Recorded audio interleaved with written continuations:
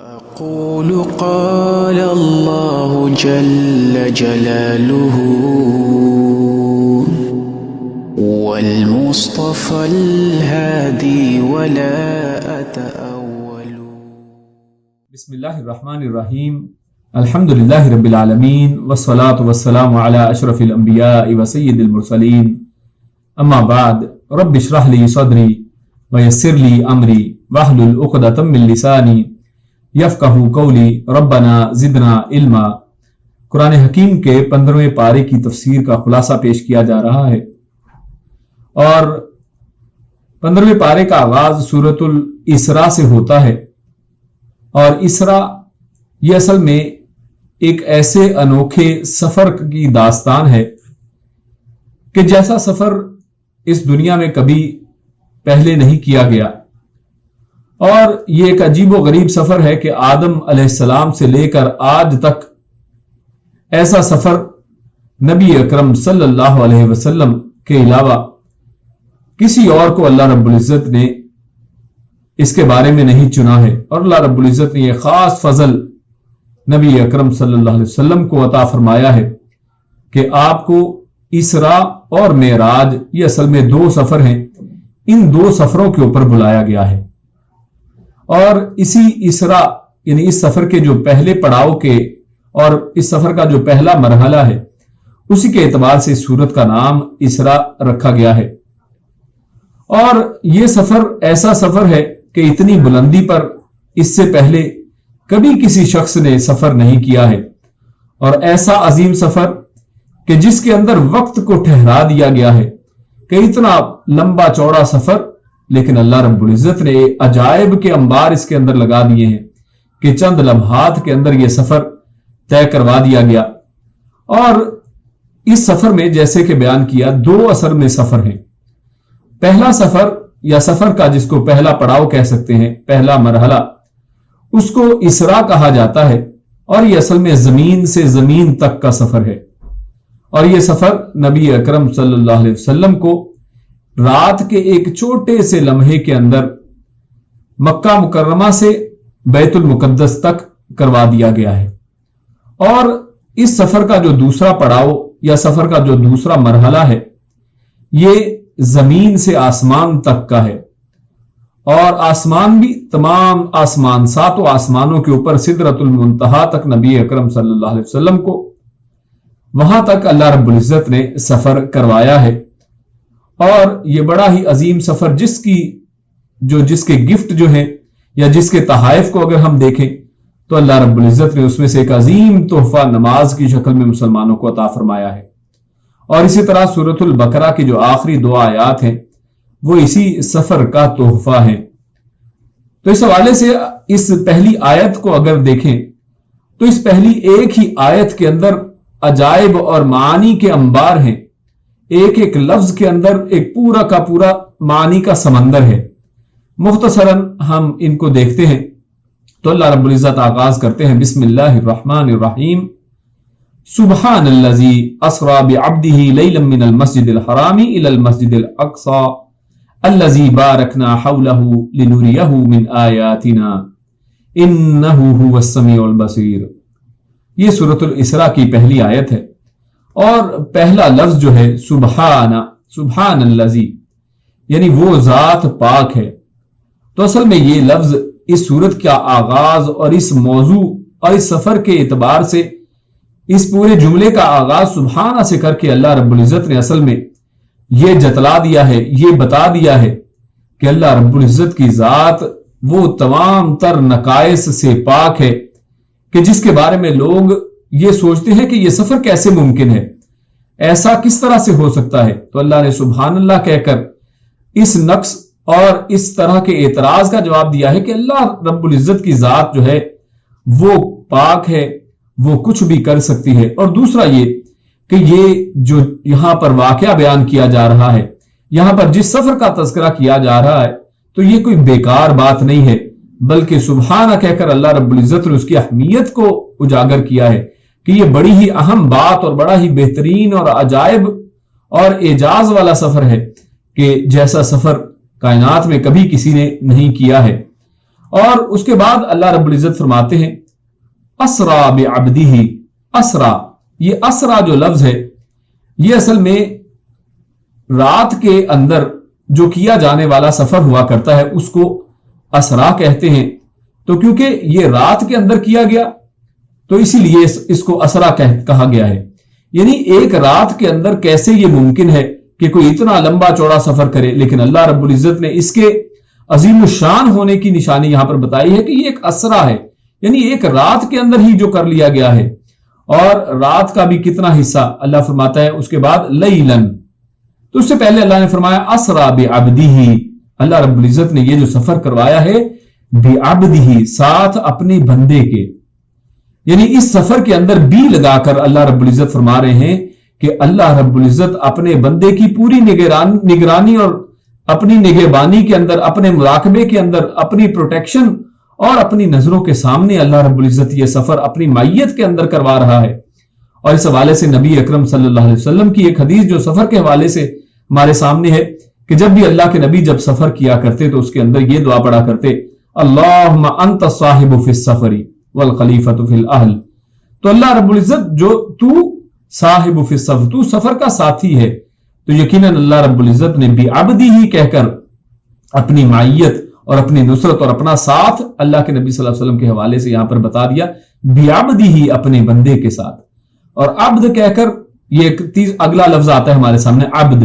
اور یہ عبد کا مطلب ہوتا ہے روح اور جسم، گوشت اور پوست اور روح کے ساتھ مل کر جو چیز ہمارے سامنے آتی ہے اس کو عبد کہا جاتا ہے. یعنی عبد صرف روح کو نہیں کہہ سکتے اور اسی طرح صرف جسم کو عبد نہیں کہا جاتا،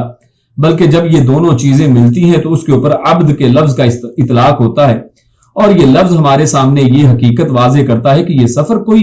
خواب والا سفر نہیں تھا، یہ کوئی خیالی سفر نہیں ہے کہ کسی انسان کو کوئی ایک آئیڈیا آیا اور خواب آیا اور اس کے اندر یہ سفر ہو گیا، بلکہ نبی اکرم صلی اللہ علیہ وسلم نے اپنے جسم مبارک، جسم اطہر کے ساتھ یہ سفر کیا ہے. تو یہ بعبدہ ہی کہہ کر اللہ رب العزت نے اس کی بات کی وضاحت کر دی ہے. اور ساتھ ہی یہ بھی بتا دیا کہ اللہ کے پیارے رسول صلی اللہ علیہ وسلم اتنی فضیلتوں کے باوجود کہ جن کو اللہ رب العزت اپنے پاس سفر کے لیے بلا رہا ہے، اس کے باوجود یہ بندے ہیں، اللہ کے ایک عبد ہیں. اور لیلن، اور یہاں پر لیلن کو نکرہ لایا گیا ہے، یعنی جیسے معرفہ اور نکرہ ہوتے ہیں تو یہ نکرہ لا کر اللہ رب العزت نے اس کے اندر اس کے چھوٹے پن کی وضاحت کی ہے کہ رات کے ایک بہت ہی چھوٹے حصے کے اندر یہ سفر کروا دیا گیا ہے من المسجد الحرام. اب کہاں سے، یعنی اس کی ڈیسٹینیشن کیا ہے اور اس کا سٹارٹنگ پوائنٹ کیا ہے، اللہ وہ بتا رہے ہیں من المسجد الحرامی. یہ مسجد حرام ایک بہترین اور ایک پاک مسجد جو حرمت والی مسجد ہے، وہاں سے اس سفر کا آغاز کیا گیا ہے الی المسجد الاقصی. اور اس کا جو انجام، جو اس اسرا یعنی اس سفر کے جو پہلا جو پارٹ ہے اس کا حصے کا بتایا جا رہا ہے کہ یہ اسرا جو ہے مسجد حرام سے شروع ہوتا ہے اور مسجد اقصی تک جاتا ہے، ایک مسجد سے دوسری مسجد تک جاتا ہے. الذی، اور یہ مسجد کون سی ہے، اور اس کے حوالے سے اللہ بتاتا ہے الذی بارکنا حولہ. اور یہ مسجد اقصی یہ وہ مقام ہے کہ اللہ رب العزت نے اس کے ارد گرد کو، یعنی نہ صرف یہ جگہ خود برکت والی ہے بلکہ اللہ رب العزت نے اس کے آس پاس، اس کے اڑوس پڑوس، اس کے تمام ارد گرد کو اللہ رب العزت نے برکت والا بنا دیا ہے. اور اس سفر کے اللہ رب العزت نے پھر آگے مقصد بیان کیا ہے لِنُرِيَهُ مِنْ آیَاتِنَا، تاکہ ہم ان کو اپنی آیات دکھا دے، اپنی بڑی بڑی بعض نشانیاں جو ہیں اللہ رب العزت وہ دکھا دے. اِنَّهُ هُوَ السَّمِيعُ الْبَصِيرُ، اور بے شک وہ یعنی اللہ رب العزت هُوَ السَّمِيعُ، وہ سننے والا ہے، البصیر، اور دیکھنے والا ہے. یعنی اس تمام سفر کے اندر اللہ رب العزت فرماتے ہیں کہ اللہ رب العزت کی نگرانی کے اندر اللہ رب العزت دیکھ رہے ہیں. آپ اس سفر میں پہلے اسرا کا جو معاملہ ہے، بیت الحرام سے لے کر مسجد حرام سے مسجد اقصی تک کا یہ جو مرحلہ ہے، یہ اللہ کے پیارے رسول صلی اللہ علیہ وسلم کو براق کے اوپر کروایا گیا ہے. یعنی ایک یہ پروں والا ایک گھوڑا یا خچر نما ایک جانور جس کے اوپر اللہ کے نبی صلی اللہ علیہ وسلم کی حدیث میں وضاحت ہے کہ اس کا قدم جو ہے اگلا قدم اس طرح اس جگہ پر جاتا جہاں پر انسان کی نظر جاتی ہے. یعنی اتنی سپیڈ سے، اتنے فاسٹ طریقے سے چلنے والی ایک ٹیکنالوجی جو انسان نہیں بنا سکتا ہے، اللہ رب العزت نے 1400 سال پہلے اپنی قدرت کاملہ سے اسی لیے فرمایا سبحان الذی، اسی لفظ سے آغاز کیا ہے کہ اللہ رب العزت کی ذات کچھ بھی کر سکتی ہے. تو اللہ رب العزت نے یہ عظیم الشان سفر کا جو پہلا مرحلہ ہے براق کے اوپر سواری کروا کر اللہ کے نبی صلی اللہ علیہ وسلم کو کروایا ہے، اور اس کے بعد اس سفر کا جو اگلا مرحلہ ہے جس کو معراج کہا جاتا ہے وہ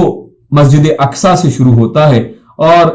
جبریل امین اس کے اندر آپ صلی اللہ علیہ وسلم کے ساتھی ہیں، اور اس میں بعض احادیث کے اندر معراج جو باقاعدہ خود لفظ بھی ہے عرج یعرج، اس کا مطلب یہ ہے کہ اوپر کو چڑھنا، یعنی اللہ رب العزت نے ایک خاص طریقے سے نبی اکرم صلی اللہ علیہ وسلم کو نیچے سے آسمانوں تک کی سیر کروائی ہے، اور جس کے اندر بے شمار رموز اور بے شمار اس کے اندر اسرار اور اللہ رب العزت کی نشانیاں اللہ کے پیارے رسول صلی اللہ علیہ وسلم کو دکھائی گئی ہیں۔ اور یہاں پر لیلن کہہ کر ایک اور بات وضاحت کی گئی ہے کہ لیلن کو خاص نہیں کیا گیا ہے بلکہ نکرہ بیان کیا گیا ہے، یعنی اس رات کو آج لوگ تلاش کرتے ہیں کہ یہ رات کون سی رات ہے، لیکن دیکھیے اللہ رب العزت کی قدرت کہ اس رات کے بارے میں کوئی شخص جو ہے حتمی رائے نہیں بتا سکتا ہے۔ آپ تاریخ کی کتابیں، تفسیر کی کتابیں اور سیرت کی کتابیں اٹھا کر دیکھ لیں، کسی ایک کتاب کے اندر آپ کو کسی ایک ڈیٹ کے کوئی ایک تاریخ نہیں ملے گی کہ یہ رات اصل میں کون سی والی رات تھی۔ لہٰذا اللہ رب العزت نے وہ رات کو چھپا لیا ہے کیونکہ وہ اتنی اہم نہیں جتنا اصل میں یہ سفر اہم ہے کہ جس کے اندر اللہ رب العزت نے اس دین کی بنیاد اور ارکان اسلام میں سے سب سے پہلا، اور یعنی ایمان کے بعد جو سب سے پہلا رکن ہے اور وہ نماز کا رکن ہے، وہ اللہ رب العزت نے عطا فرمایا ہے، اور اس کے ساتھ ساتھ قرآن کریم کی آیات اللہ رب العزت نے اس کے اندر فرمائی ہیں۔ اور اس سفر کے حوالے سے ایک اور بات کہ بعض لوگ اس سفر کے حوالے سے اس چیز کے قائل ہیں کہ اللہ کے نبی صلی اللہ علیہ وسلم نے کیا اللہ رب العزت کو دیکھا ہے یا نہیں، تو اس حوالے سے عائشہ رضی اللہ تعالی عنہا فرماتی ہیں کہ اللہ کے نبی صلی اللہ علیہ وسلم سے سب سے پہلے میں نے یہ سوال کیا تھا، اور اللہ کے نبی صلی اللہ علیہ وسلم نے اس کے اوپر جواب دیا ہے۔ اللہ کے نبی صلی اللہ علیہ وسلم سے جب بھی پوچھا گیا ہے کہ آپ نے کیا اللہ کو دیکھا ہے، تو نبی اکرم صلی اللہ علیہ وسلم نے فرمایا کہ وہ تو نور ہے، کیف ارا، کہ اس کو کس طرح سے دیکھا جا سکتا ہے، وہ تو نور ہے۔ تو اس لیے اللہ رب العزت کے پیارے رسول صلی اللہ علیہ وسلم نے ابن عباس کی جو حدیث ہے اس کے حوالے سے بھی مفسرین نے اور اس کی وضاحت کی ہے کہ وہ فرماتے ہیں کہ انہوں نے اپنی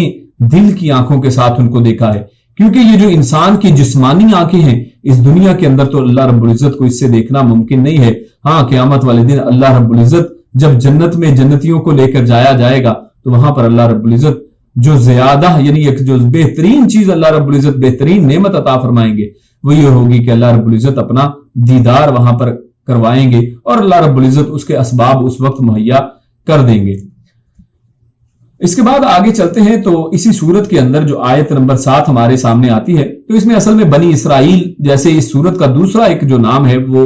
بنی اسرائیل بھی ہے، اس کا ایک نام تو اسرا ہے اور دوسرا نام بنی اسرائیل بھی ہے، کیونکہ اس کے شروع ہی میں اللہ رب العزت نے بنی اسرائیل کا تذکرہ کیا ہے، اور ان کے اصل میں ان کے حوالے سے 2 واقعات کی بات کی ہے کہ 2 دفعہ یہ زمین کے اندر یہ فساد مچائیں گے، اور اللہ رب العزت جب یہ اللہ رب العزت کے احکامات کو مانیں گے تو اس وقت اللہ رب العزت ان کو غلبہ بھی عطا فرمائے گا، اللہ ان کی مدد بھی کرے گا مالوں سے اور بیٹوں سے، اللہ رب العزت ان کو اکثر جو ہے یعنی کثرت بھی عطا کرے گا۔ لیکن اس کے بعد اللہ رب العزت فرماتے ہیں ان احسنتم احسنتم لانفسکم، کہ اگر تم نے کوئی احسان کیا، تم اچھے کام کرتے ہو تو تم نے اچھائی کو اپنے لیے کیا ہے، وَإِنْ أَسَأْتُمْ فَلَهَا، اور اگر تم کوئی برائی کرتے ہو تو یہ تمہارے اپنے ہی لیے ہے۔ یہاں پر اصل میں نوٹ کرنے کی بات ایک بڑی اہم وہ یہ ہے کہ اللہ رب العزت نے جہاں پر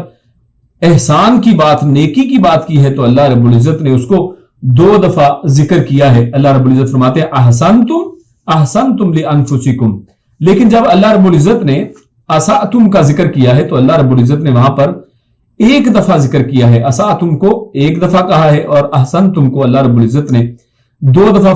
فرمایا ہے۔ لہذا اس سے جو نقطہ ہمارے سامنے آتا ہے کہ اگر کوئی اچھی بات ہو تو انسان اچھی بات کو بار بار دہرا سکتا ہے تاکہ اس کے اندر تاکید پیدا ہو، اس کو 1 دفعہ 2 دفعہ 3 دفعہ بھی کیا جا سکتا ہے، لیکن جو بری بات ہے اس کو بار بار دہرایا نہ جائے، اور اس کو اللہ رب العزت نے بھی یہاں پر صرف 1 دفعہ ذکر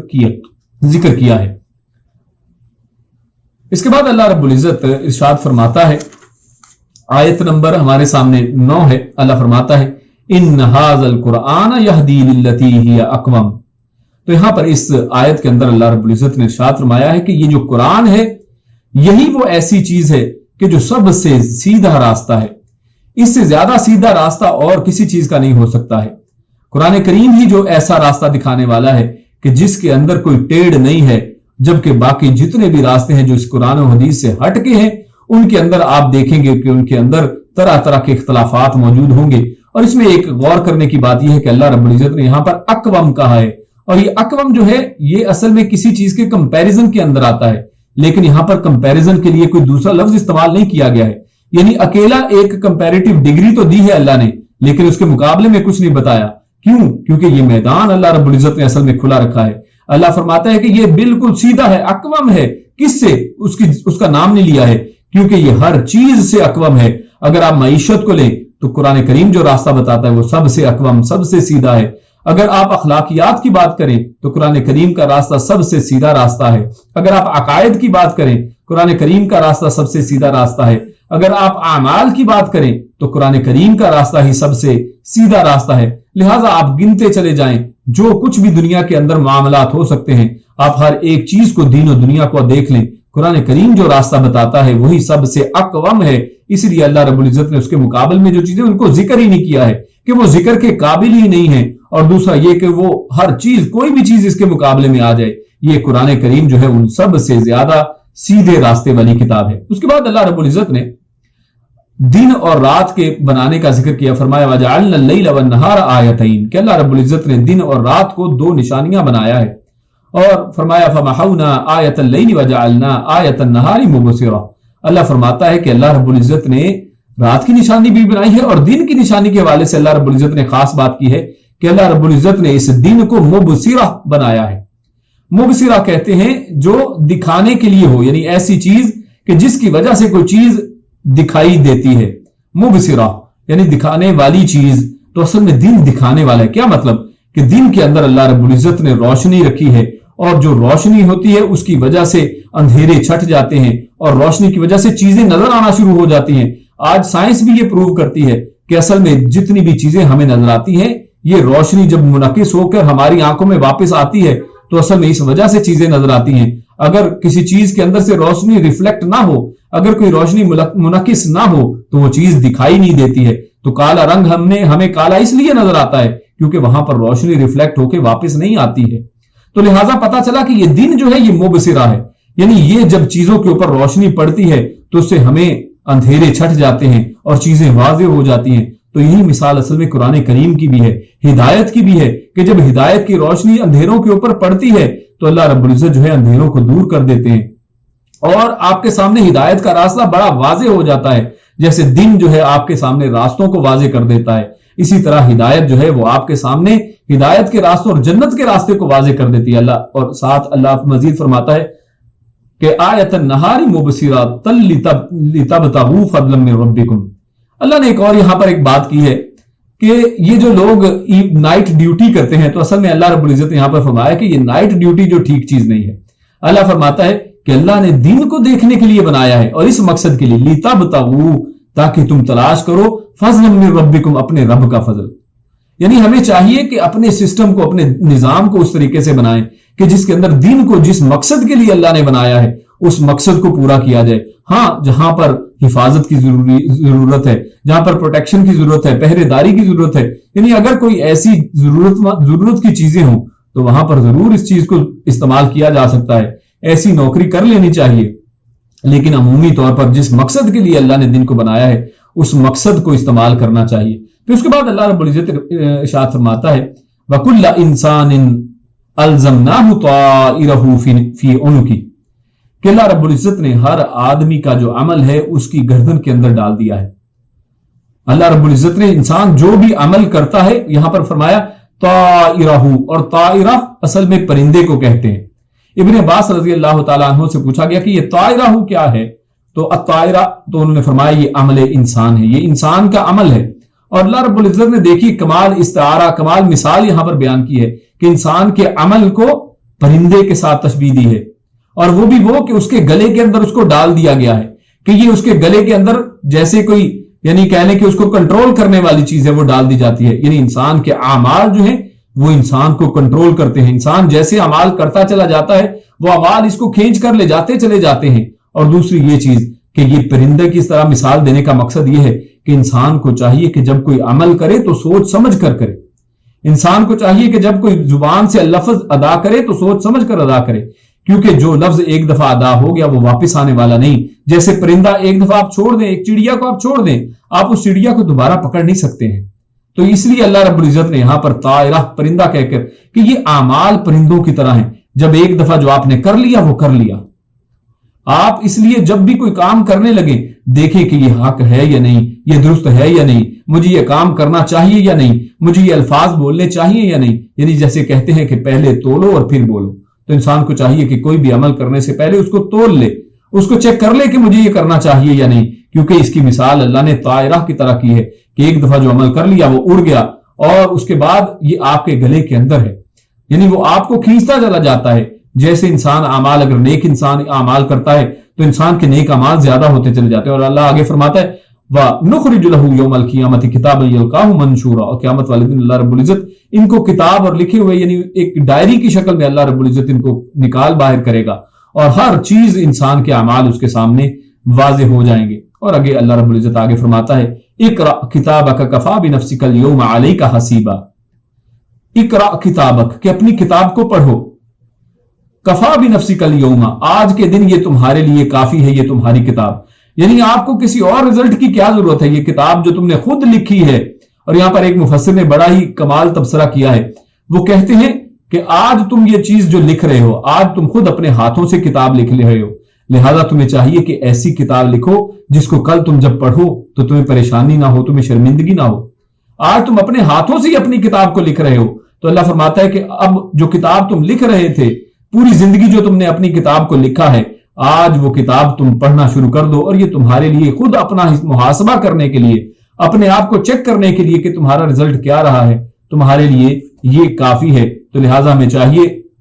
کہ وہ تحریر اپنی زندگی کے اندر کریں کہ جس کو کل پڑھ کر قیامت والے دن ہمیں خوشی ہو۔ ایسی تحریر نہ ہو کہ جس کو ہم پڑھ کر قیامت والے دن شرمندہ ہو رہے ہوں، چھپ رہے ہوں، من وراء ظہورہ، اللہ رب العزت فرماتا ہے کہ قیامت والے دن جب ان کو یہ تحریریں ملیں گی تو لوگ جو ہیں بدبخت جو لوگ ہیں وہ ان کو اپنی پشتوں کے پیچھے چھپا رہے ہوں گے، بلکہ ان کو پشتوں کی طرف سے اس کو دیا جائے گا،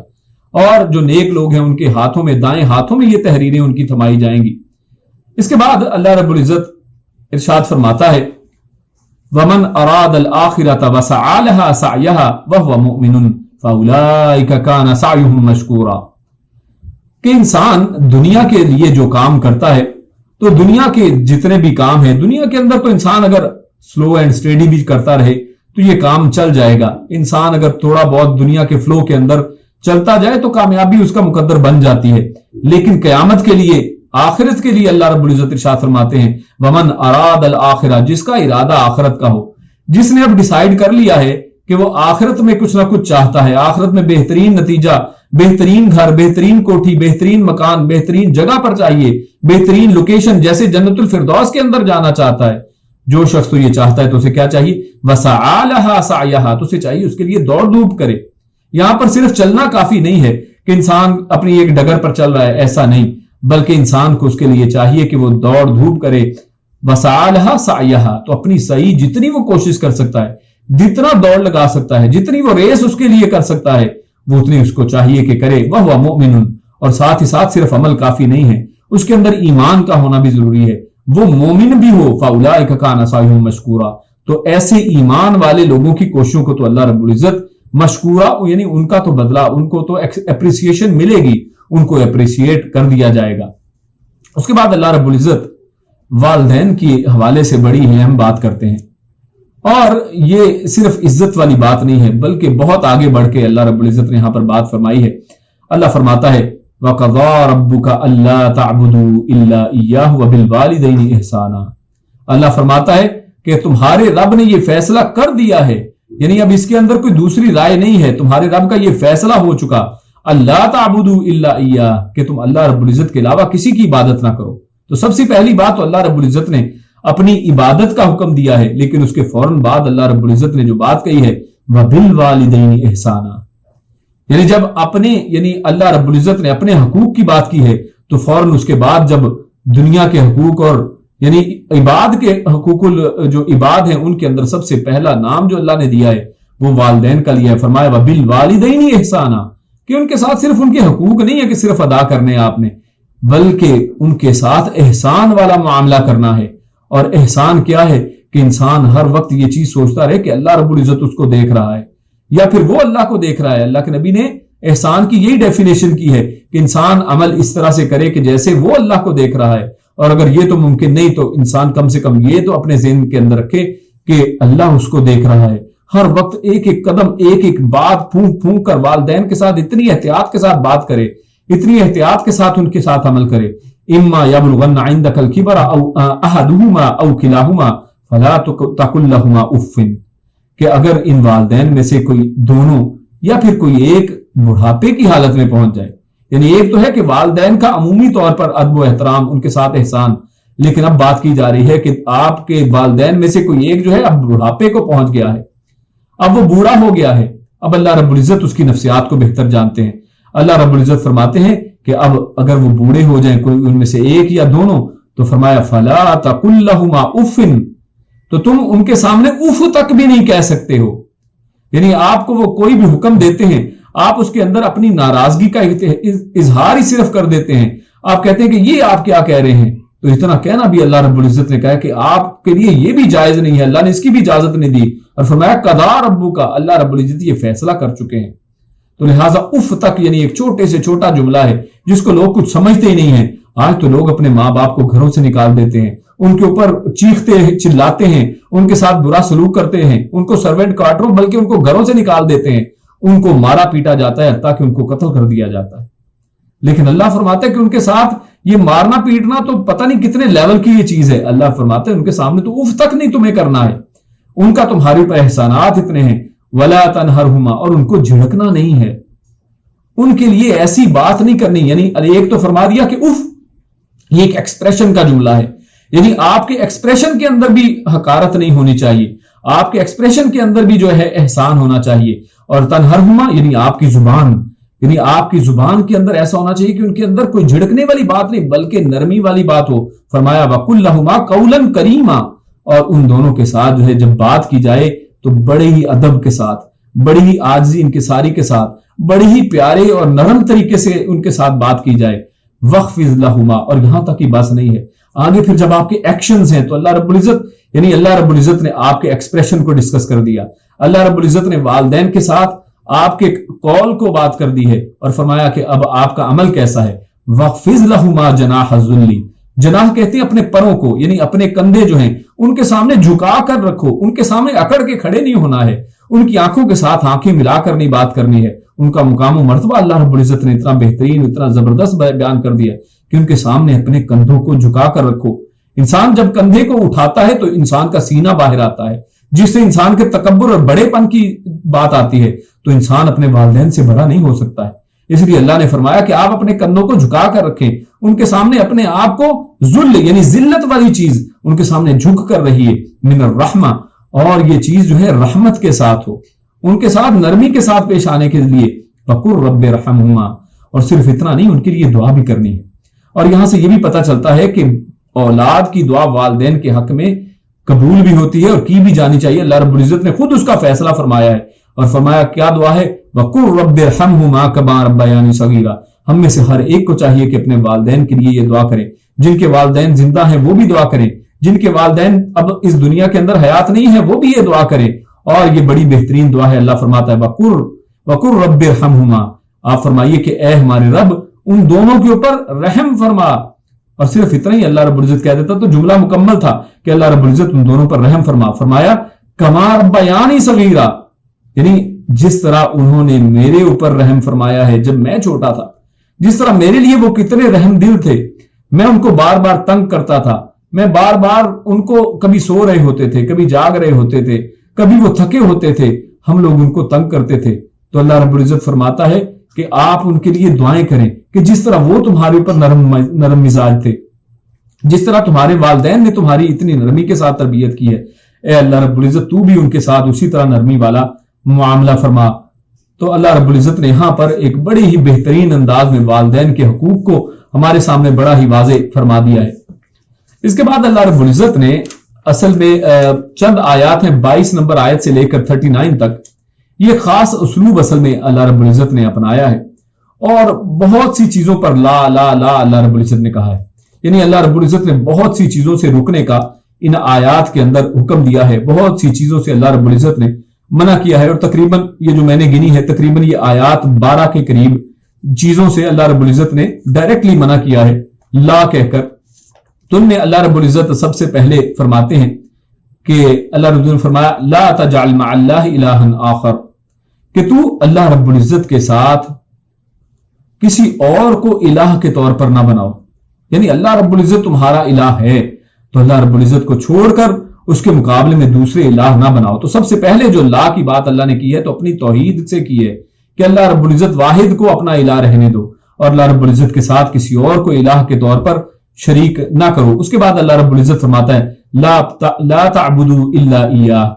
اللہ تعبدوا الا ایاہ، کہ تم صرف اللہ ہی کی عبادت کرو، اس کے علاوہ کسی کی عبادت نہ کرو. تو یہ پہلی 2 آیتیں جو ہیں ہمارے سامنے آتی ہیں. تو جو ان 12 احکامات میں سے جن میں اللہ رب العزت نے نہیں فرمائی ہے، اللہ رب العزت نے مختلف حرام کاموں سے روکا ہے، تو ان میں پہلی 2 باتیں جو ہیں ان کا تعلق توحید اور شرک کے ساتھ ہے.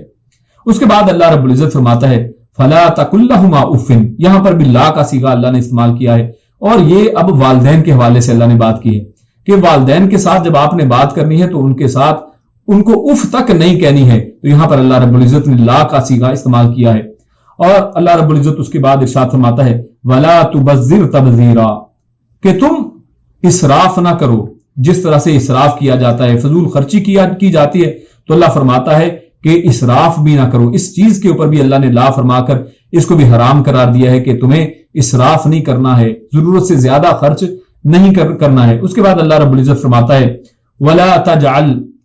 یدک مغلولا، بلکہ اپنے ہاتھ کو بالکل تنگ کر دے. یعنی ایک طرف تو یہ تھا کہ بے جا خرچ کرتا ہے، اور دوسری چیز یہ ہے کہ انسان اپنے ہاتھ کو روک کر ہی رکھ لیتا ہے. انسان کبھی ضرورت مند کے اوپر بھی خرچ نہیں کرتا ہے، اپنے بیوی بچوں کے اوپر خرچ نہیں کرتا ہے. تو اللہ رب العزت نے اس بات سے بھی اللہ رب العزت نے روکا ہے اور فرمایا ولا تبسطها كل البسط فتقعد ملوما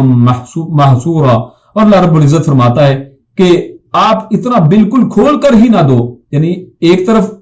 پہلے فرمایا کہ اسراف نہیں کرنا ہے، ضرورت سے زیادہ خرچ نہیں کرنا ہے، پھر فرمایا کہ بالکل اپنے ہاتھ کو روک بھی نہیں لینا ہے کہ کبھی خرچ ہی نہیں کرتا ہے، کبھی صدقہ خیرات ہی نہیں کرتا ہے، اور پھر فرمایا کہ اتنا زیادہ بھی صدقہ خیرات اور اتنا زیادہ بھی نہیں کھولنا ہے کہ بعد میں تم خود ہی اپنے ہاتھ پھیلانا شروع کر دو، بعد میں خود لوگوں سے مانگنا شروع کر دو. تو اللہ رب العزت نے اس سے بھی انسان کو روکا ہے. اور اس کے علاوہ اس کے بعد اللہ رب العزت فرماتا ہے وَلَا تَقْتُلُوا أَوْلَادَكُمْ خَشْيَةَ إِمْلَاقٍ، کہ اپنی اولاد کو یعنی اپنی اولاد کو رزق کی تنگی کے اور پیسے کی تنگی کے ڈر سے ان کو قتل نہ کرو. اور اس کے بعد اللہ رب العزت فرماتا ہے وَلَا تَقْرَبُوا الزِّنَا، کہ زنا کے قریب نہ جاؤ، کہ زنا کے قریب بھی نہ جاؤ. اور اس کے بعد اللہ رب العزت ارشاد فرماتا ہے وَلَا تَقْتُلُوا الْأَنفُسَ، کہ کسی جان کو بھی قتل نہ کرو، یعنی بغیر حق، کہ اگر کسی کا کوئی قصور نہیں ہے تو اس کو بھی قتل نہ کرو. اور فرمایا وَلَا تَقْرَبُوا مَالَ الْيَتِيمِ، کہ مال یتیم کے بھی قریب نہ جاؤ. اب دیکھیے باقی میں تو صرف فرمایا کہ یہ نہ کرو یہ نہ کرو یہ نہ کرو، اور لیکن یتیم کے مال کی جب بات آئی ہے تو اللہ نے کہا اس کے قریب بھی نہیں جانا ہے. اور بلکہ یہ بات جو ہے اللہ رب العزت نے یہاں پر 2 چیزوں کے لیے کہی ہے. ایک تو زنا کے حوالے سے اللہ رب العزت نے فرمائی وَلَا تَقْرَبُوا الزِّنَا، کہ زنا اور مال یتیم یہ 2 ایسی چیزیں ہیں کہ ان کے تو ہمیں قریب بھی نہیں جانا ہے. یعنی ایک تو ہوتا ہے کہ کرے نا، یعنی ان کے بالکل دور سے گزرنا ہے، ایسے راستوں کو بھی چھوڑ دینا ہے، ایسے طریقے یعنی ایسے راستوں پہ چلنا ہی نہیں ہے کہ انسان بھٹکتا ہوا کبھی اس کے اندر ہی نہ کہیں داخل ہو جائے. تو اللہ رب العزت نے واضح طور پر یہاں پر بھی مال یتیم کے حوالے سے اور زنا کے حوالے سے فرما دیا. اور پھر فرمایا وَلَا تَقْفُ مَا لَيْسَ لَكَ بِهِ عِلْمٌ، اللہ رب العزت نے فرمایا کہ جس چیز کا تمہیں علم نہیں ہے اس کے پیچھے بھی نہ پڑو. کہ بعض چیزوں کا انسان کو علم نہیں ہوتا ہے لیکن انسان کے بس دماغ میں جاسوسی کا ایک کیڑا سوار ہو جاتا ہے اور انسان کہتا ہے دیکھتا ہوں یہ میرا بھائی اصل میں کیا کرنا کیا چاہتا ہے. اگر کوئی چیز آپ کے سے مخفی ہے آپ اس کے اوپر خاموشی اختیار کریں، آپ اپنا کام کریں اور اس کے پیچھے جو ہے جو آپ کے علم میں بات نہیں ہے اس کے پیچھے نہ پڑیں. اور اسی طرح اللہ رب العزت نے جن چیزوں کو مخفی رکھا ہے جیسے اللہ رب العزت نے اپنے حوالے سے، اور اسی طرح اس صورت کے اندر بھی لفظ آتا ہے کہ روح کے بارے میں سوال کرتے، اللہ رب العزت نے جس کا علم جتنا دیا ہے بس اتنا کافی ہے. اس کے مزید پیچھے تجسس میں پڑھنا کہ اچھا وہ کیا ہے کیسے ہے کیا ہوگا، تو ایسی چیزوں کے پیچھے اللہ رب العزت نے فرمایا کہ وہ بھی تم نہ پڑھو. اور اسی طرح اللہ رب العزت فرماتا ہے وَلَا تَمْشِ فِي الْأَرْضِ مَرَحًا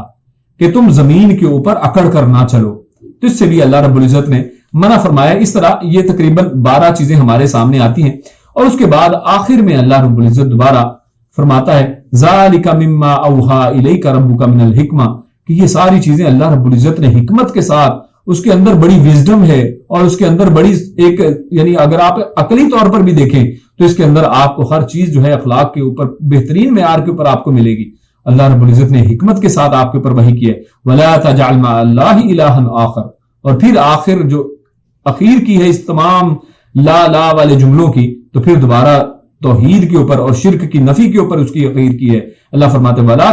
تَجْعَلْ مَعَ اللَّهِ إِلَٰهًا آخر. اللہ رب العزت کے ساتھ اس کے علاوہ اس کو چھوڑ کر کوئی اور الہ مقرر نہ کرو.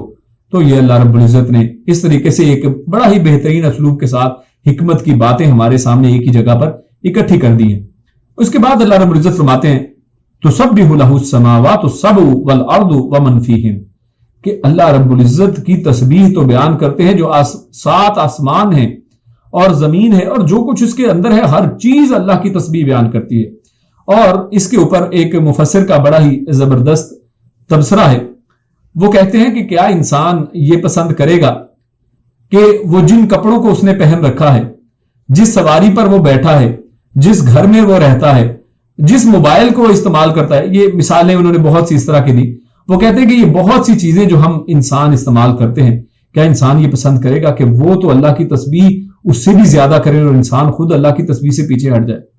کیونکہ اللہ رب العزت یہاں پر ارشاد فرماتا ہے کہ دنیا کی ہر چیز، آسمان و زمین کی ہر چیز، آسمان و زمین خود بھی اور اس کے اندر جو کچھ بھی موجود ہے اور اس کے اندر ہر چیز اس کے اندر آ جاتی، ہر چیز تو اللہ کی تسبیح کرتی ہے، لیکن ایک انسان ہی باقی بچتا ہے جو اللہ کی تسبیح سے اپنے ہاتھ کو روک کر رکھتا ہے، جو اللہ کی تسبیح کو بیان کرنے میں بخل سے کام لیتا ہے. اور اللہ کی تسبیح الا ماشاء اللہ یعنی شاید ہی انسان کو کبھی یاد آئے کہ اللہ کا نام بھی لینا ہے، اللہ کی تسبیح بیان کرنی ہے. تو ہمیں چاہیے کہ اس چیز کا احساس اپنے اندر پیدا کریں،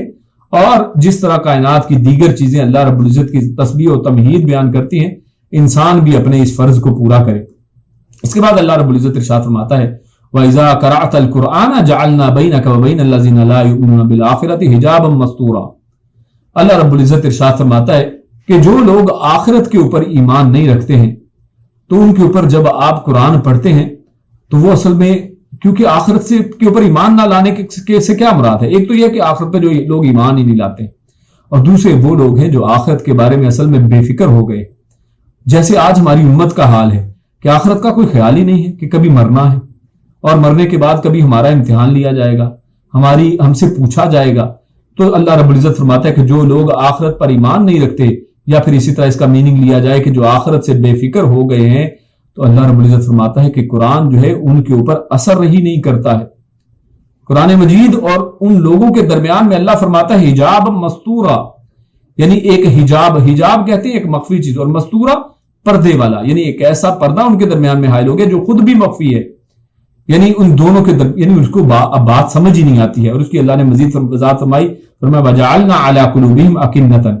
کہ اللہ رب العزت ان کے دلوں کے اندر جو ہے یعنی ان کے دلوں کے اوپر ایک پردہ آ جاتا ہے جس کی وجہ سے ان کے دل سمجھ ہی نہیں پاتے ہیں ان یفقہوہ کہ وہ سمجھ سکے. ان کے دلوں کے اوپر ایک پردہ آ گیا ہے. وفی آذانہم وقرا اور ان کے دلوں کے اندر ان کے کانوں کے اندر ایک بوجھ ہے، ان کے کانوں کے اندر ایک ایسی چیز جس کی وجہ سے کان سن ہی نہیں سکتے ہیں. وَإِذَا ذَكَرْتَ رَبَّكَ فِي الْقُرْآنِ وَحْدَهُ اور یہ بڑی اہم بات ہے اور بڑی ہوش دلانے والی بات ہے اور ہم سب کو اس کے اوپر الرٹ ہو جانا چاہیے. اللہ فرماتا ہے کہ جب اکیلے ایک اللہ کی بات کی جاتی ہے تو وَلَّوْا عَلَىٰ أَدْبَارِهِمْ نُفُورًا تو اس وقت وہ دوڑ پڑتے ہیں. وہ کہتے ہیں کہ یہاں سے نکلو بھئی، یہ تو ایک اللہ کی بات کرنے والے لوگ ہیں، یہ تو یہاں پر تو ایک اللہ کی بات کی گئی ہے، یہاں پر تو اولیاء اللہ کی بات ہی نہیں کی گئی ہے، یہاں پر تو غیر اللہ کی بات ہی نہیں کی جا رہی ہے. اور بعض لوگوں کو صرف ایسی محفلیں ہی پسند ہیں جن میں بزرگوں کی باتیں اور اللہ کے علاوہ جو کچھ بھی ہے ہر چیز کی بات چل رہی ہے سوائے اللہ کی بات. وہاں بڑا ان کا دل مگن ہوگا، وہاں بڑا دل لگے گا. لیکن جہاں پر ایک اللہ کی بات شروع ہو، جہاں پر توحید کی بات آئے، جہاں پر شرک سے نفرت کی بات آئے، وہاں پر دل کے اندر مروڑ اٹھنا شروع ہو جاتے ہیں. وہاں پر بیٹھنے کو دل نہیں کرتا ہے اور وہاں سے دوڑنے کو دل کرتا ہے. شیطان کہتا ہے جناب یہاں سے بھاگو، یہ تمہارے پسند کی مجلس نہیں ہے. اس کے بعد اللہ رب العزت ارشاد فرماتا ہے قل ادعوا الذین زعمتم من دونہ فلا یملکون کشف الضر عنکم ولا تحویلا، کہ جن کو اللہ رب العزت کہتے کہ جن کو تم اللہ کے علاوہ پکارتے ہو ان کو تم بلاؤ، قل ادعوا الذین زعمتم من دونہ، کہ جن کے بارے میں تمہارا زعم ہے کہ یہ تمہارا کچھ مدد کر سکتے ہیں، یہ تمہاری پکاروں کو سن سکتے ہیں، اللہ فرماتا ہے ان کو بلاؤ، فلا یملکون کشف الضر، تو اصل میں تو یہ بات ہے کہ یہ تم پر سے کسی طرح کے ضرر کو، نقصان کو، کسی تکلیف کو ہٹانے کے اوپر یہ یعنی ان کے مالک ہی نہیں ہے کہ یہ اس کے آپ کے اوپر سے کسی تکلیف کو ہٹا سکیں، اس کے فلا یملکون، یہ اس چیز کے مالک نہیں ہے کہ ایسا کوئی کام یہ کر سکے، عنکم ولا تحویلا، اور ایک تو ہے کہ ہٹانا، چلو ہٹانا نہیں، مالک اس کے مالک نہیں ہے، ہٹا نہیں سکتے تو کم سے کم اس کی جگہ پر کوئی دوسری چیز ہی رکھ دیں، یعنی اس کو بدل ہی دیں، نہ یہ بدلنے کے قابل ہیں اور نہ ہی اس کو ہٹا سکتے ہیں۔ تو میرے بھائیو ایسی چیز کے پیچھے اس کو کیوں بلایا جائے کہ جو آپ کا کوئی فائدہ نفع نقصان ہی نہیں کر سکتی ہے۔ اور اس کے بعد اللہ رب العزت نے آدم علیہ السلام کا تذکرہ شروع کیا ہے، اور آدم علیہ السلام کو سجدہ کرائے جانے کا ایک تذکرہ، اور اس کے اندر جب شیطان جو ہے آدم علیہ السلام کو سجدہ نہیں کرتا، اس کے اوپر انکار کرتا ہے اور آدم کی اولاد کو بہکانے کے حوالے سے اللہ رب العزت کے ساتھ ایک دعویٰ کرتا ہے کہ میں ان سب کو ضرور بہکاؤں گا، تو اللہ فرماتا ہے کہ جس کو تو من استطاعت، جس کو تو بہکا سکے، جتنی تمہاری استطاعت ہو تو ان کو بہکا کر دیکھ لینا۔ اور اللہ رب العزت فرماتا ہے وَاسْتَفْزِزْ مَنِ اسْتَطَعْتَ مِنْهُمْ بِصَوْتِكَ، کہ تو اپنی آواز کے ساتھ جن کو بھی بہکا سکتا ہے، جو تمہارے چکر میں آ جاتے ہیں، ان کو اپنی آواز کے ساتھ بہکا لے، یعنی اس کا مطلب ہے شیطان کی بھی آواز ہے، اور وہ کیا، اور بعض احادیث کے اندر میوزک کو اور موسیقی کے آلات کو اور اس گانے بجانے کو شیطان کی آواز کہا گیا ہے، تو یہ شیطان کی آواز کے ذریعے سے لوگوں کو بہکاتا ہے۔ آج جس کو دیکھیں کانوں میں ہینڈز فری لگی ہے، ہیڈ فونز لگے ہیں، اور کیا سن رہا ہے، کیا قرآن کی قرأت سن رہا ہے، کیا قرآن مجید کی کوئی تفسیر یا لیکچر سن رہا ہے، کیا کوئی حدیث کو سن رہا ہے، یعنی کیا چیز وہ سن رہا ہے۔ 99.9% آپ لوگوں کو دیکھیں گے کہ ان کے کانوں کے اندر کیا آواز جا رہی ہے، وہ لوگ سوائے یعنی گانوں اور موسیقی کے کوئی اور چیز نہیں سن رہے ہیں۔ تو اللہ فرماتا ہے کہ یہ کانوں کے اندر بھی جو جتنی استطاعت اس کی ہے یہ کوشش کرتا ہے، وَاجْلِبْ عَلَيْهِمْ وَأَجْلِبْ عَلَيْهِمْ بِخَيْلِكَ وَرَجِلِكَ، اور وہ اپنے جو درباری ہیں اور اپنے گھوڑ سوار ہیں ان سب کے ذریعے اللہ کہتا ہے کہ تم ان کے اوپر چڑھنے کی کوشش کرو، یعنی تم اپنی کوشش کر کے دیکھ لو۔ وَشَارِكْهُمْ فِي الْأَمْوَالِ، اللہ نے خود اب اس کو یہ ساری چیزیں اس نے اجازت مانگی، اللہ نے اس کو اجازت دے دی ہے کہ تم جو میرے بندے نہیں ہیں ان کو یہ کر سکو گے۔ اور اللہ فرماتا ہے وَشَارِكْهُمْ فِي الْأَمْوَالِ وَالْأَوْلَادِ وَعِدْهُمْ، اور تو ان کے مالوں کے اندر، ان کے اولادوں کے اندر جیسے ممکن ہو تم شریک ہو جاؤ۔ مالوں کے اندر یہ کس طرح سے شریک ہوتا ہے کہ جب انسان بسم اللہ پڑھ کے السلام علیکم کہہ کر گھر کے اندر داخل نہیں ہوتا ہے تو شیطان جو ہیں، جو جنات اس کے ساتھ آتے ہیں باہر سے، وہ کہتے ہیں آج آج اس کے گھر میں کھانا پینا ہے، اور اس کے گھر میں کھاتے پیتے ہیں۔ اسی طرح انسان بسم اللہ پڑھ کے کھانا نہیں شروع کرتا ہے تو مالوں کے اندر وہ آپ کے اندر شامل ہو جاتے ہیں، اور اسی طرح انسان حرام کے ذریعے سے مال کماتا ہے تو مال کے اندر یہ شیطان شامل ہو جاتا ہے۔ اور اسی طرح اولاد کے اندر کس طرح سے کہ جب انسان ایک شرعی طریقے سے اپنی بیوی کے پاس نہیں جاتا ہے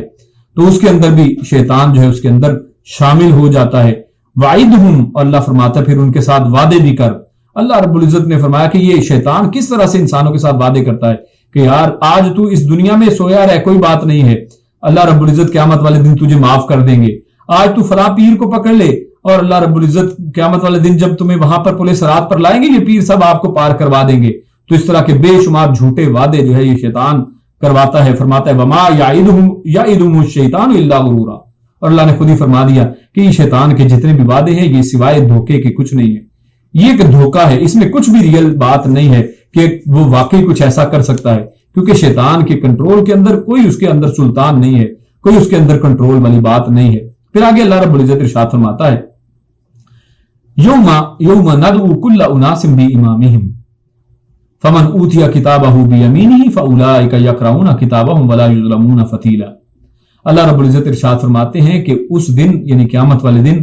ہم ہر انسان کو اس کے امام کے ساتھ بلائیں گے۔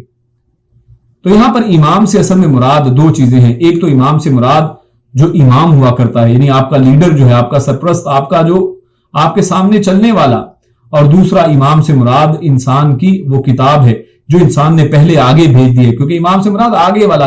اور انسان جو عمل کرتا ہے جو کتاب میں لکھتا ہے تو اصل میں یہ آگے چلا گیا ہے، تو اس کو بھی امام کہا گیا ہے۔ اور اس میں جو پہلا مطلب ہے امام کے حوالے سے کہ امام سے مراد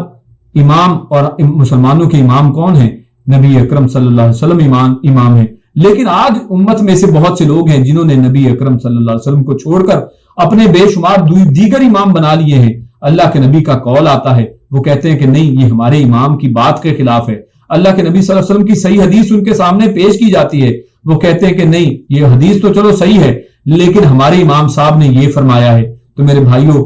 اب یہاں پر جو لوگ اللہ کے نبی صلی اللہ علیہ وسلم کو اپنا حقیقی امام جانتے ہیں، مانتے ہیں، ان کے لیے اس آیت کے اندر اللہ رب العزت نے خوشخبری سنا دی ہے کہ اللہ رب العزت قیامت والے دن ہر شخص کو اس کے امام کے ساتھ بلائے گا. تو جس نے تو اپنا امام نبی اکرم صلی اللہ علیہ وسلم کو بنایا ہے، اور یہ صرف نام کے ساتھ امام نہیں ہے، نام کے ساتھ بنانا نہیں ہے، بلکہ عمل کے ساتھ، یعنی نبی کی بات آئی، نبی کا حکم آیا، نبی اکرم صلی اللہ علیہ وسلم نے کسی بات سے روکا، نبی اکرم صلی اللہ علیہ وسلم نے کسی بات کو کرنے کا حکم دیا، اگر انسان نے ویسا ہی کیا ہے تو اصل میں اس نے نبی اکرم صلی اللہ علیہ وسلم کو اپنا امام بنایا ہے، اپنے آگے بنایا ہے اور اس کے پیچھے چلا ہے. اور جس نے نبی اکرم صلی اللہ علیہ وسلم کو صرف نام کا امام بنایا ہے لیکن جب عمل کرتا ہے تو اپنے طریقے سے، نماز پڑھتا ہے تو جناب یہ حنفی نماز ہے، نماز پڑھتا ہے یہ شافی نماز ہے، یہ مالکی نماز ہے، یہ حنبلی نماز ہے، نمازوں کے اس نے اپنے اپنے اماموں کے ساتھ نسبت کر رکھی ہے، جبکہ اللہ کے پیارے رسول فرما گئے ہیں صلو کما رأیتمونی اصلی، کہ نماز تم اس طرح پڑھو کہ جیسے تم مجھے پڑھتا ہوا دیکھتے ہو. تو قیامت والے دن ان لوگوں کے لیے یہاں پر فضیلت اور بشارت ہے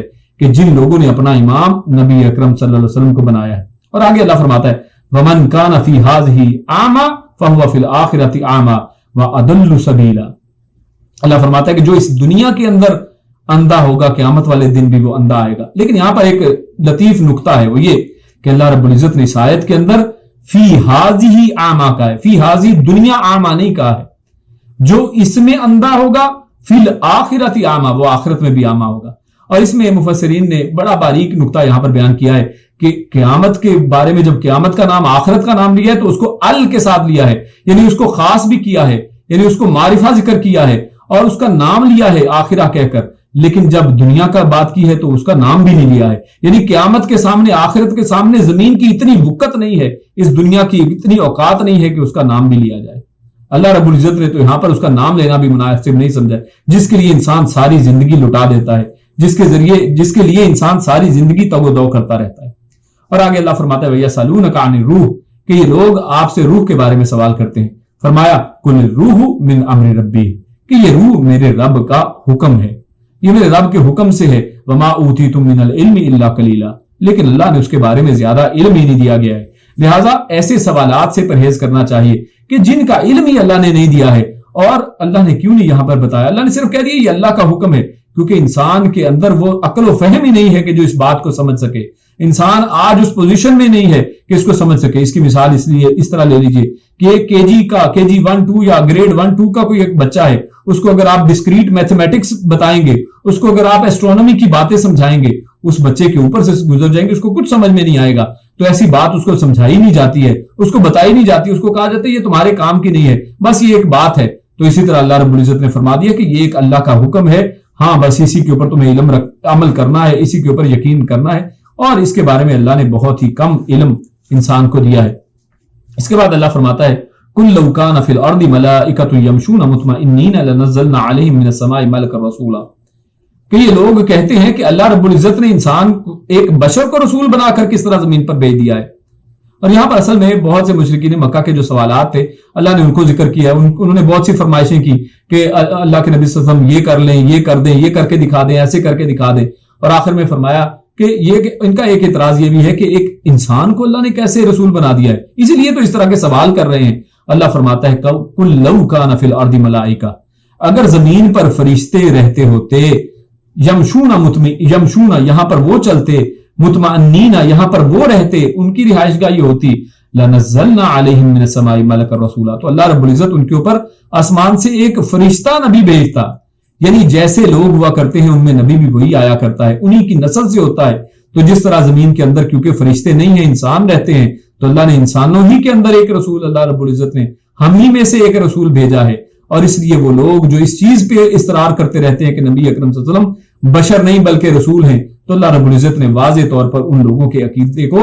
رد کر دیا ہے۔ اس کے بعد اللہ رب العزت اس سورۃ الاسراء کے آخری رکوع کے اندر اللہ ارشاد فرماتا ہے اولا تؤمنوا ان الذين اوتوا العلم من قبله اذا يتلى عليهم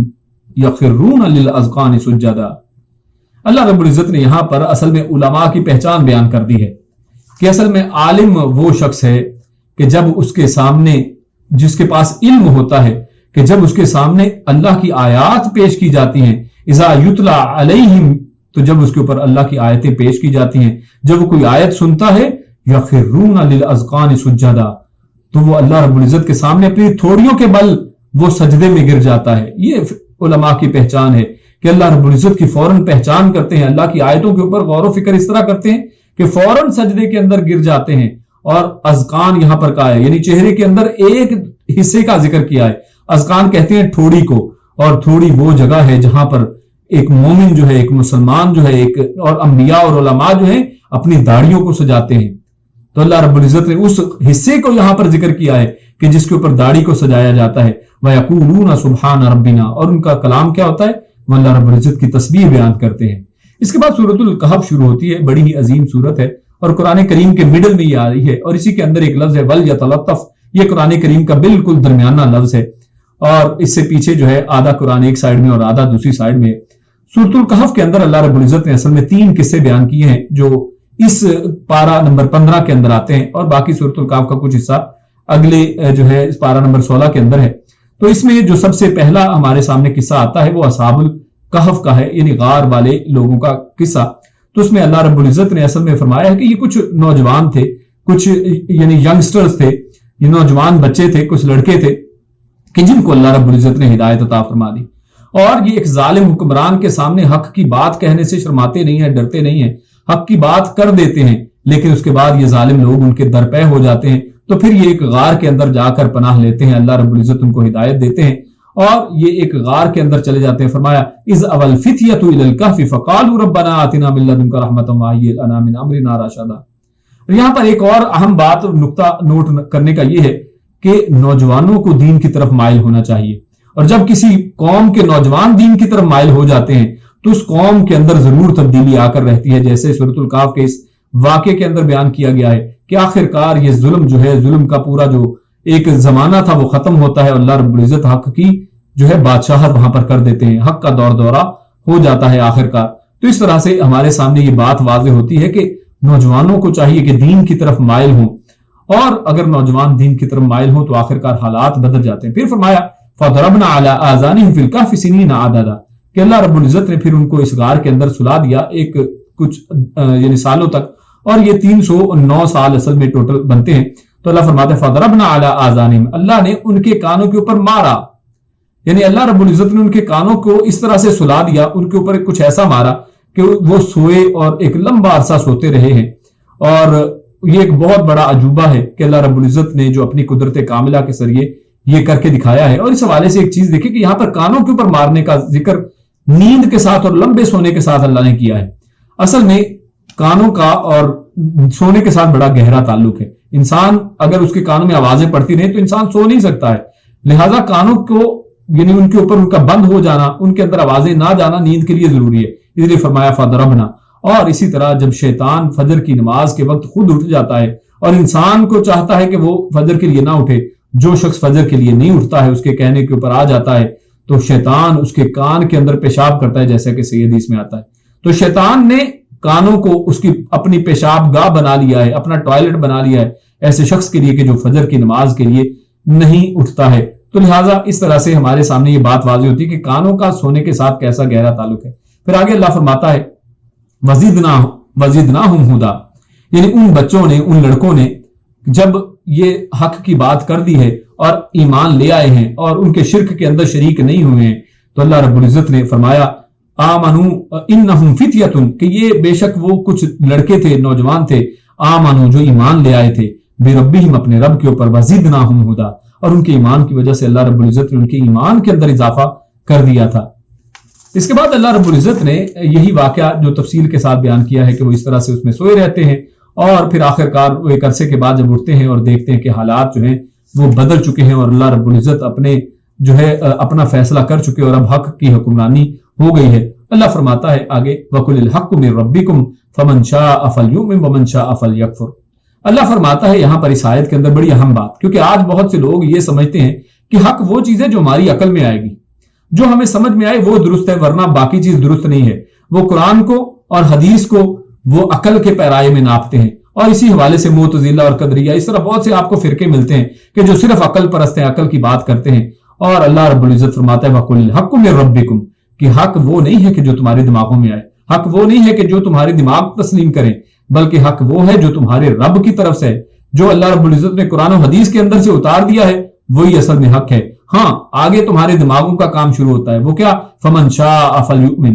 اب آگے جو چاہے اس کو اوپر ایمان لائے، وَمَن شَاءَ فَلْيَكْفُرْ، اور چاہے تو اپنے لیے کفر کو جو ہے چن لے، یہ اس کے اوپر اللہ رب العزت نے چھوڑ دیا ہے۔ اللہ رب العزت دین کے اندر زبردستی نہیں کرتے ہیں، لیکن آخر والے دن آخر کار ان لوگوں کو اپنے اپنے کیے کا بھگتنا پڑے گا۔ آگے اللہ فرماتے ہیں وَاضْرِبْ لَهُم مَثَلَ الرَّجُلَيْنِ، پھر یہ دوسرا واقعہ ایک شروع ہوتا ہے کہ جس کے اندر اللہ رب العزت نے دو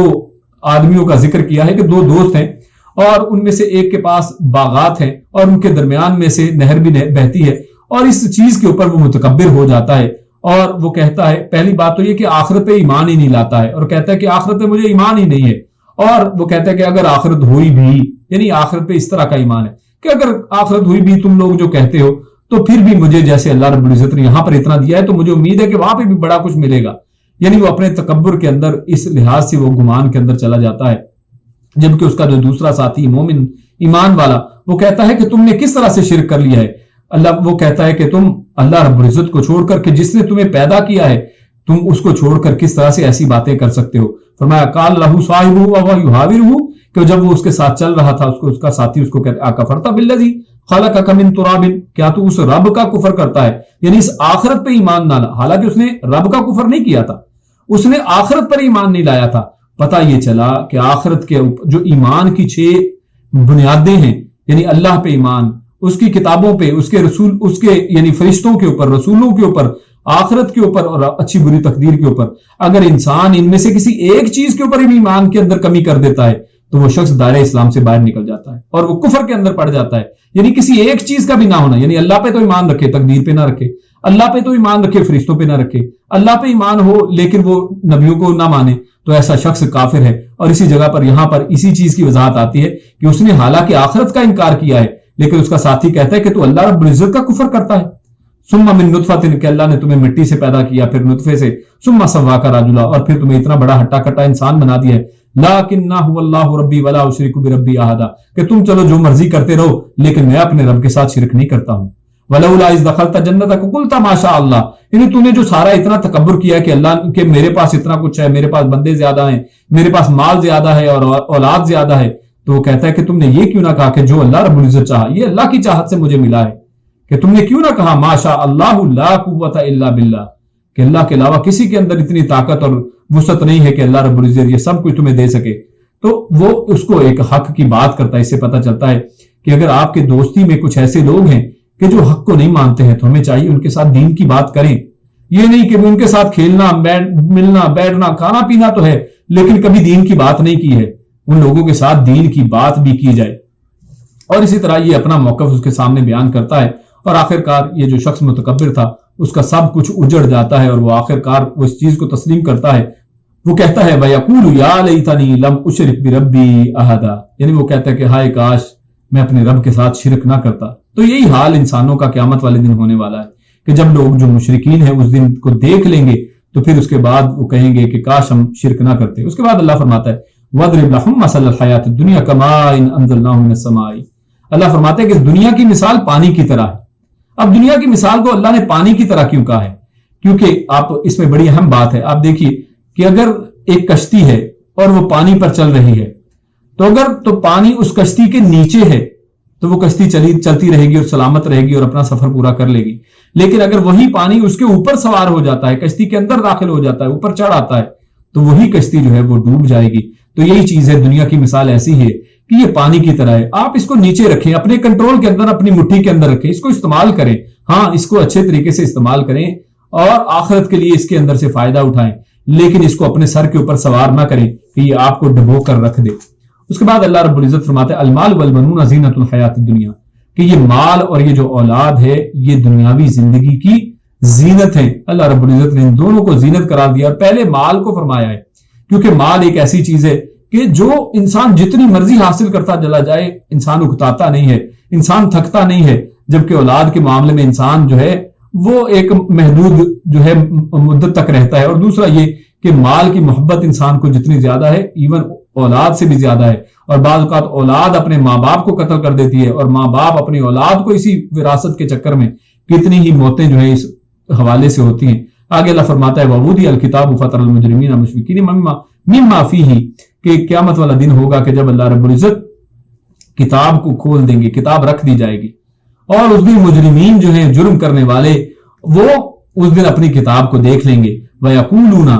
اور وہ اس دن کہیں گے یا وَيْلَتَنَا مَا لِهَذَا الْكِتَابِ کہ ہائے ہماری ہلاکت، یہ کس طرح کی کتاب ہے، یہ کیسی عجیب کتاب ہے. لا يغادر صغيرة ولا كبيرة الا احصاها کہ اس کتاب نے کوئی چھوٹی چیز نہیں چھوڑی ہے، کوئی بڑی چیز نہیں چھوڑی، ہر چیز اس کے اندر لکھ رکھی ہے اور اس نے ہر چیز کا احاطہ کر رکھا ہے. وَوَجَدُوا مَا عَمِلُوا حَاضِرًا اور جو عمل انہوں نے کیے تھے اس کو اپنے سامنے دیکھ لیں گے. اللہ رب العزت نے ہر چیز کی ریکارڈنگ کر رکھی ہے، اور آج یہ سائنس ہمارے سامنے اس چیز کو بالکل حقیقت کی طرح بتاتی ہے. پہلے 1400 سال پہلے تو بعض لوگ ایمان نہیں لاتے تھے، سمجھتے نہیں تھے کہ یہ کیسے ہوگا، لیکن آج ہم دیکھ سکتے ہیں کہ انسان کی ایک ایک چیز، ایک ایک حرکت کس طرح سے ریکارڈ کی جا رہی ہے. لاگ فائلز بن رہی ہیں، ریکارڈنگ ہو رہی ہے، کیمرے لگے ہیں اور ایک ایک حرکت کو نوٹ کیا جا رہا ہے. اللہ فرماتا ہے کہ انسان کے اعمال اس طرح سامنے رکھ دیے جائیں گے. وَلَا يَظْلِمُ رَبُّكَ أَحَدًا اور کسی ایک کے ساتھ بھی تھوڑا بہت بھی ظلم نہیں کیا جائے گا، اور انسان کو اس کا پورا بدلہ جو ہے وہ مل کر رہے گا. اس کے بعد اللہ رب العزت نے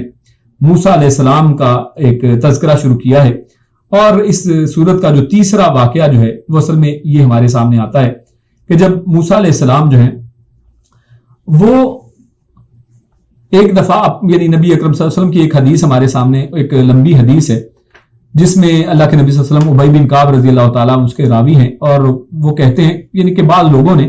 موسیٰ علیہ السلام سے پوچھا کہ لوگوں میں سب سے زیادہ علم والا کون ہے، تو موسیٰ علیہ السلام نے اس کے جواب میں فرمایا کہ میں ہوں.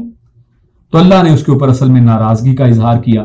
اور اللہ رب العزت نے یہ بات کہی کہ اللہ رب العزت کے سپرد اس بات کو کیوں نہیں کیا گیا، یعنی آپ نے یہ کیوں نہیں کہا کہ اللہ بہتر جانتے ہیں کہ کون سب سے زیادہ علم والا ہے. اور اس کے بعد اللہ رب العزت نے وحی کے ذریعے سے موسیٰ علیہ السلام کو کہا کہ میرا ایک بندہ 2 دریاؤں والی زمین کے اوپر رہتا ہے اور اس جگہ پر آپ کو ملے گا، آپ وہاں پر جائیے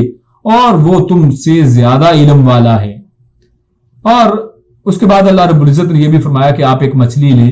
اور مچھلی کو لے کر جائیں، جہاں پر وہ مچھلی گم جائے گی آپ کے پاس نہیں رہے گی تو وہی اصل میں اس کے ملنے کی جگہ ہے. اور لہٰذا ایسا ہی ہوا. موسیٰ علیہ السلام اپنے جو ایک ساتھی ایک لڑکے کے ساتھ جس کا نام یوشع بن نون بھی بتایا جاتا ہے، اور یہ اصل میں نبی موسیٰ علیہ السلام کے بعد ان کا جانشین بھی بنا، اور اسی نے اصل میں اسی کے ہاتھوں اللہ رب العزت نے بیت المقدس کو بھی فتح کروایا. تو یہ جو جاتے ہیں جب موسیٰ علیہ السلام اس شخص کے پاس، اور اس کا روایات میں نام خضر بتایا جاتا ہے، اور اس کے بارے میں لیکن اختلاف ہے کہ کیا یہ کوئی نبی تھا یا نہیں تھا، لیکن اینی ویز وہ خضر علیہ السلام وہ کہتے ہیں کہ میرے پاس وہ علم ہے جو آپ کے پاس نہیں ہے، اور آپ کے پاس وہ علم ہے جو میرے پاس نہیں ہے. یعنی اللہ رب العزت نے مختلف طرح کے علم بنائے ہیں، اور انسان جو ہے کسی بھی اپنے ایک علم کے اوپر، ایک محدود علم کے اوپر ہے اور ہر چیز کے اوپر قادر نہیں ہے. انسان کے علم کی وسعت اتنی ہی ہے. اور اسی دوران جب وہ ایک کشتی میں سوار تھے، ایک چڑیا آ کر پانی کے اندر منہ مارتی ہے اور اپنی چونچ کے ساتھ تھوڑا سا پانی ایک قطرہ لیا ہوگا وہ لیتی ہے، تو خضر ان کو کہتے ہیں موسیٰ علیہ السلام کو کہ میرا اور آپ کا علم ملا کر اس جو چڑیا کی چونچ کے اندر جو پانی ہے اس سے بھی کم ہے اللہ کے مقابلے میں، کہ اللہ رب العزت کا علم اگر سمندر کے تو ہمارا علم تو اس کے مقابلے میں اتنا بھی نہیں ہے کہ جتنا اس چڑیا نے اس سمندر کے اندر سے پانی کو لیا ہے. تو لہٰذا یہ ایک بڑی ہی عظیم واقعہ یہاں پر ہمارے سامنے آتا ہے، اور اس واقعے کے اندر اس کی تفصیلات انشاءاللہ ہم کل اگلے حصے میں دیکھیں گے. لیکن اس میں ہمارے سامنے جو ایک اہم بات آتی ہے وہ علم کی فضیلت آتی ہے کہ اللہ رب العزت نے علم کو کیسے فضیلت دی ہے کہ اور عالم کو کیا فضیلت دی ہے. اور اسی حوالے سے امام بخاری نے ایک باب بھی باندھا ہے، باب الخروج فی طلب العلم، کہ طلب علم کے لیے نکلنے کا باب جو ہے انہوں نے باندھا ہے. اور اس حوالے سے موسیٰ علیہ السلام کے واقعات بھی ہیں، اور اسی طرح ابن عباس رضی اللہ تعالی عنہ کا قول بھی اس حوالے سے ہمارے سامنے آتا ہے کہ ابن عباس رضی اللہ تعالی عنہ فرماتے ہیں کہ العلم یؤتا ولا یؤتی، کہ علم جو ہے اس کے پاس جایا جاتا ہے، علم نہیں آتا ہے. اور اسی لیے اللہ رب العزت چاہتے تو خضر علیہ السلام کو موسیٰ علیہ السلام کے پاس بھیج دیتے، لیکن اللہ رب العزت نے موسیٰ علیہ السلام کو ان کی طرف بھیجا ہے۔ اس سے ایک طالب علم اور ایک استاد کے درمیان میں معاملات اس کا بھی پتہ چلتا ہے کہ ایک طالب علم کو چاہیے کہ وہ استاد کے پاس جائے، یعنی یہ لائق نہیں ہے کہ استاد طالب علموں کے پاس آئے، یعنی یہ اس کی ایک عزت ہے، اور اسی طرح طالب علم کے اندر یہ فرض ہے کہ وہ علم کے لیے سفر کرے، اور اسی لیے آپ جانتے ہیں کہ علماء نے اور محدثین نے کتنے سفر جو ہے اسی علم کو حاصل کرنے کے لیے کیے ہیں۔ اسی پر اپنی بات کو ختم کرتے ہیں۔ اللہ رب العزت سے دعا ہے کہ اللہ رب العزت نے ایک عمل اور اچھی سمجھ کی توفیق عطا فرمائے۔ السلام علیکم ورحمۃ اللہ وبرکاتہ۔